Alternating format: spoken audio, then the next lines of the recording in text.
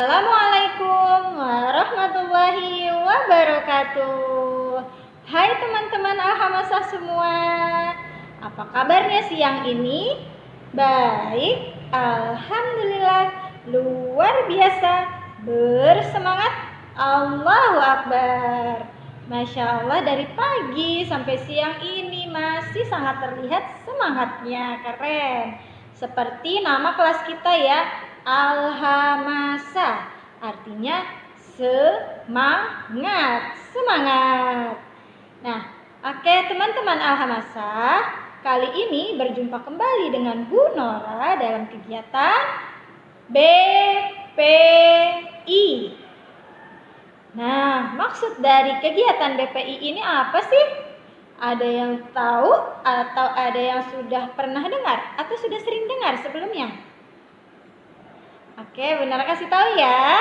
BPI ini kepanjangan dari Bina Pribadi Islami. Dalam kegiatan Bina Pribadi Islami ini atau BPI ini, kita banyak mempelajari tentang keilmuan, khususnya ya tentang keagamaan yang insya Allah bisa membuat diri kita, hati kita lebih dekat kepada Allah Subhanahu wa Ta'ala. Amin ya Rabbal Alamin. Oke teman-teman, tapi sebelum masuk ke materi pembahasan pada BPI pertama ini ya, ini BPI pertama kita. Nah, Bu Nora mau ajak teman-teman untuk terbiasa membuka kegiatan dengan ada yang sudah tahu, betul sekali, dengan lafaz basmalah. Bismillahirrahmanirrahim. Doa sebelum belajar. Rabbi zidni ilman nafi'an warzuqni fahman wasi'an. Amin amin ya Rabbal Alamin. Ya Allah, tambahkanlah ilmuku yang bermanfaat dan berikanlah aku pemahaman yang luas. Amin. Kabulkanlah doaku. Amin. Amin ya Rabbal Alamin. Alhamdulillah kita sudah membukanya dengan berdoa. Sekarang teman-teman, Bu Nora mau ajak teman-teman untuk nyanyi terlebih dahulu. Nyanyinya adalah nama-nama surat. Sambil kita mengenal ya urutan nama surat, dan kalau sering kita nyanyikan atau sering kita ulang-ulang, insya Allah akan teringat terus ya, jadi hafalan kita. Oke, begini lagunya teman-teman. Nama-nama surat. Pertama Al-Fatihah pembukaan. Kedua Al-Baqarah sapi betina. Ketiga Al-Imran, keluarga Imran. Keempat An-Nisa, wanita. Kelima Al-Maidah, hidangan. Keenam Al-An'am, binatang ternak. Ketujuh Al-A'raf, tempat tertinggi. Kedelapan Al-Anfal, rampasan perang. Nah, sampai 8 dulu ya. Nanti kita ulang lagi sampai 8. Kalau sudah terbiasa urutan surat dari yang pertama tadi Al-Fatihah sampai yang ke-8 teman-teman sudah ingat, Bu Nora kasih tahu lagi ya, Bu Nora tambah lagi urutan ke-9, 10 dan selanjutnya. Oke ya. Coba sekali lagi, mau sekali lagi? Oke, sekali lagi ya. Nama-nama surat. Pertama Al-Fatihah pembukaan. Kedua Al-Baqarah sapi betina. Ketiga Al-Imran, keluarga Imran. Keempat An-Nisa, wanita. Kelima Al-Maidah, hidangan. Keenam Al-An'am, binatang ternak. Ketujuh Al-A'raf, tempat tertinggi. Ke-8 Al-Anfal, rampasan perang. Nah, oke, sampai 8 dulu ya teman-teman. Nanti kita lanjutkan kembali. Nah, sekarang kita masuk ya ke materi BPI kita. Ada kaitannya dengan nama-nama surat tadi. Karena kali ini kita akan membahas tentang surat Al-Ikhlas. Sering dengar ya? Tapi dalam nyanyian kita tadi belum masuk surat Al-Ikhlas. Karena surat Al-Ikhlas ini adanya di urutan yang paling bawah, hampir terakhir. Tapi bukan urutan yang terakhir ya. Nah, teman-teman, surat Al-Ikhlas ini artinya adalah ikhlas atau kemuliaan. Dalam surat Al-Ikhlas ini ada 4 ayat, teman-teman. Teman-teman insya Allah sudah banyak nih yang hafal. Karena surat Al-Ikhlas ini sudah diajarkan ya. Banyak sudah diajarkan saat teman-teman masih TK. Atau teman-teman sering dengar juga ayah bundanya membacakan surat Al-Ikhlas ini saat sedang sholat. Begini bunyinya, teman-teman yang belum tahu boleh ya dengarkan dulu. Nanti sama-sama kita ulang bersama supaya benar dan baik bacaannya. Bu Nora bacakan dulu ya. Surat Al-Ikhlas ada 4 ayat. A'udzu billahi minasy syaithanir rajim. Bismillahirrahmanirrahim. Qul huwallahu ahad. Allahus samad. Lam yalid wa lam yulad wa lam yakul lahu kufuwan ahad. Yuk teman-teman, kita lafalkan bersama ya sekali lagi surat Al-Ikhlas dari ayat 1 sampai dengan 4.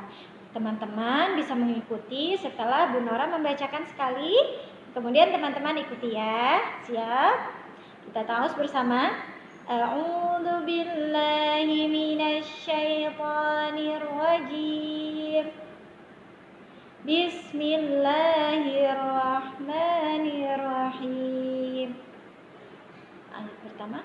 Qul huwallahu ahad. Silakan diikuti. Yang kedua, Allahus samad.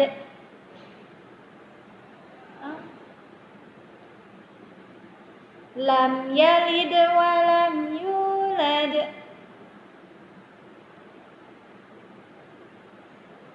Wa lam yakul lahu kufuwan ahad.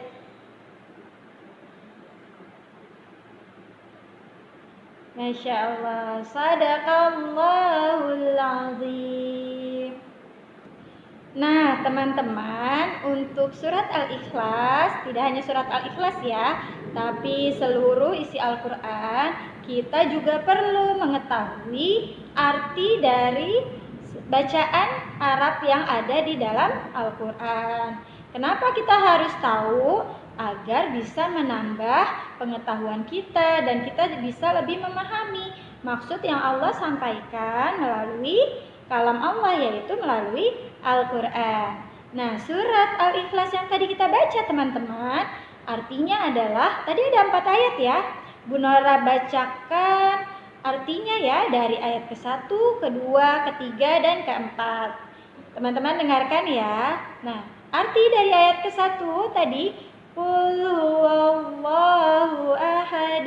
Artinya, katakanlah dialah Allah yang Maha Esa. Nah, maksudnya apa? Bu Nora jelaskan sedikit ya. Allah Maha Esa, maksudnya Esa itu hanya satu-satunya. Tidak ada yang kedua, tidak ada yang ketiga, tapi hanya satu. Tidak ada bandingnya ya. Jadi Allah adalah Tuhan yang hanya satu, yang patut kita sembah. Kita ibadah hanya kepada Allah. Kita meminta, kita memohon, kita yakin ya, kita percaya bahwa kehidupan kita semuanya adalah anugerah dari Allah Subhanahu wa Ta'ala. Kemudian kita harus bersyukur ya, karena Allah jadikan kita manusia yang sempurna. Ada bisa melihat, ada matanya, bisa mendengar, ada telinganya. Begitu ya teman-teman. Allah yaitu kembali lagi tadi artinya adalah Allah adalah yang Maha Esa, hanya satu, tidak ada dua, tidak ada tiga, tidak ada yang lebih dari satu pun. Allah hanya satu. Kemudian arti yang kedua, Allahus Samad, artinya Allah adalah Tuhan yang bergantung kepadanya segala sesuatu. Maksudnya adalah kita, yang tadi Bunda sudah sampaikan sedikit, bahwa kita hanya boleh meminta, hanya boleh mengharap hanya kepada Allah. Nggak boleh mengharap sama sesuatu selain Allah. Misalnya kita percaya, kalau aku berdoa di depan pohon itu pasti nanti semua keinginanku dikabulkan. Nah, itu tidak boleh ya. Kita hanya meminta, kita hanya bergantung. Bergantung itu maksudnya menyerahkan diri kita, memohon hanya kepada Allah, berharapnya kepada Allah ya, bukan kepada sesuatu selain Allah. Begitu ya teman-teman. Nah, yang ketiga, lam yalid wa lam yulad, artinya dan tiada beranak dan tidak pula diperanakkan. Maksudnya adalah Allah itu tidak memiliki anak, juga bukan merupakan anak dari sesuatu. Maksudnya tahu? Ngerti ya? Nah, begini maksudnya, Bunda udah jelaskan sedikit lagi ya. Allah itu tidak bisa melahirkan atau tidak mempunyai anak. Allah juga bukan merupakan anak dari, kalau kita nih, kita adalah kita dilahirkan sama ibunda kita. Terus nanti kalau wanita dewasa juga bisa memiliki anak ya. Nah, kalau sudah dewasa. Nah, tapi kalau Allah tidak melahirkan, juga tidak dilahirkan oleh sesuatu. Karena Allah hanya satu-satunya. Allah Maha Esa ya. Allah hanya satu, tidak ada bandingnya selain Allah. Kemudian teman-teman, Allah ini tidak perlu bergantung sama apapun. Kalau kita waktu masih bayi, waktu masih kecil, bahkan sekarang pun sudah mau besar ya teman-teman, kita masih perlu bantuan dari orang lain. Kita masih perlu bantuan dari ibu kita, dari ayah kita, dari orang di sekitar kita. Kalau Allah tidak memerlukan bantuan dari siapapun, dari apapun. Karena Allah Maha segalanya. Allah bisa melakukan apapun sesuai kehendaknya. Gitu ya. Nah, kemudian yang keempat teman-teman, tadi apa ayatnya? Walam yakul lahu kufuwan ahad. Artinya, dan tiada seorang pun yang setara dengan dia. Nah, tidak ada yang sama seperti Allah. Allah punya sesuatu yang sama nggak, yang bisa sama-sama? Kan Allah menciptakan manusia. Ada yang lain nggak yang sama kayak Allah bisa ciptain manusia? Yang sama kayak Allah bisa menciptakan langit beserta isinya? Ada nggak? Tidak ada bandingnya. Allah itu hanya satu. Teman-teman ingat selalu, Allah Maha Esa, tidak ada Tuhan selain Allah. Allah Maha Esa artinya Allah hanya satu, tiada bandingnya, tiada tandingannya. Begitu teman-teman. Masya Allah ya, kita bersyukur, kita bisa beriman kepada Allah, dijadikan Allah lahir menjadi muslim yang, semoga kita bisa menjadi muslim yang taat, beribadah hanya kepada Allah, meminta, bergantung, memohon hanya kepada Allah Subhanahu wa ta'ala. Karena kita harus yakin yang bisa membantu kita, yang bisa mengabulkan doa-doa kita hanyalah Allah Subhanahu wa ta'ala. Bu, tapi kan kita di sini dibantu juga sama orang tua. Ada yang nanya gitu teman-teman. Betul, orang tua kita dijadikan oleh Allah sebagai perantara atau sebagai perantara ya, yang membantu kita melalui kehendaknya Allah. Allah mau membantu kita lewat ayah kita, lewat ibu kita. Tapi semuanya asalnya dari Allah. Ayah kita, ibu kita bisa memberi kita makan. Nah, dapat rezekinya adalah anugerah dari Allah Subhanahu wa taala. Maka dari itu kita perlu bersyukur ya teman-teman. Salah satu bersyukurnya dengan cara apa? Beribadah kepada Allah, yaitu dengan cara sholat, mengaji, taat pada orang tua, banyak ya hal-hal baik lainnya, membantu sesama seperti yang teman-teman kita sudah pelajari bersama di hari Jumat. Kita membantu sesama dengan bersedekah, terus berbagi ya, berbagi makanan berpuasa kepada orang yang berpuasa saat mau berbuka. Nah, itu juga merupakan salah satu tanda atau cara kita bersyukur atas segala anugerah yang Allah berikan kepada kita. Masya Allah ya teman-teman, dari setiap segi kehidupan kita patut kita syukuri, patut kita nikmati dengan cara memberikan kebaikan lainnya kepada orang lain, kepada orang di sekitar kita. Nah teman-teman, dalam surat Al-Ikhlas ini kita juga diajarkan bahwa Allah itu tidak menyerupai apapun. Maksudnya apa? Allah itu bentuknya tidak boleh kita bayangkan ya. Allah itu kita harus yakin Allah Maha Esa, Allah itu ada, tapi walaupun kita tidak bisa melihatnya, kita harus meyakini dalam hati bahwa Allah itu ada, Allah itu yang berkehendak, yang memberikan segala sesuatu kepada kita dengan cara anugerah yang Dia berikan melalui perantara-perantaranya. Salah satunya adalah tadi siapa? Perantara untuk menolong kita, menolong kehidupan kita, yaitu orang tua kita. Seperti itu ya teman-teman. Nah, kalau kita bisa menjalankan semua perintah Allah dengan baik di dunia ini, bisa berbakti kepada kedua orang tua, bisa beribadah sesuai dengan ajaran yang dituntunkan yang diberikan oleh Allah, dituntunkan atau diajari ya caranya melalui Nabi kita, Nabi Muhammad SAW. Hingga akhirnya kita semua bisa mengikutinya, cara beribadah kepada Allah dengan baik dan benar. Seperti itu teman-teman, Masya Allah ya. Kita jadi tahu nih yang tadinya belum tahu arti dari surat Al-Ikhlas, sekarang alhamdulillah jadi tahu. Kalau nanti ada yang lupa, temannya lupa, atau nanti teman-teman mau mengajarkan kembali, kasih tahu kepada orang-orang di rumahnya. Nah, arti dari surat Al-Ikhlas, maksudnya dari surat Al-Ikhlas itu apa? Nah, teman-teman jadi sudah tahu, bisa memberitahu kepada yang lainnya. Alhamdulillah, Masya Allah ya, kita bisa belajar bersama. Itu juga merupakan anugerah dari Allah. Allah berikan kita kesempatan untuk bertemu, untuk bisa mendapatkan ilmu pengetahuan ya. Alhamdulillah. Teman-teman, sekian penjelasan dari Bu Nora. Kurang lebihnya mohon maaf. Kita tutup yuk pertemuan BPI pertama kita ini dengan lafaz hamdalah. Alhamdulillahi Rabbil Alamin. Doa sesudah belajar.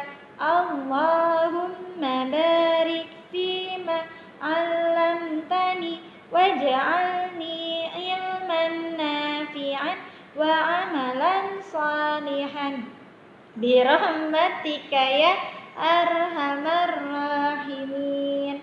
Doa penutup majelis. Subhanakallahumma wa bihamdika asyhadu an la ilaha illa anta astaghfiruka. Maaf ya.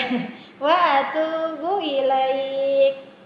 Terima kasih pada teman-teman semua yang sudah memperhatikan dan sudah menyimak dengan baik. Assalamualaikum warahmatullahi wabarakatuh. Dadah.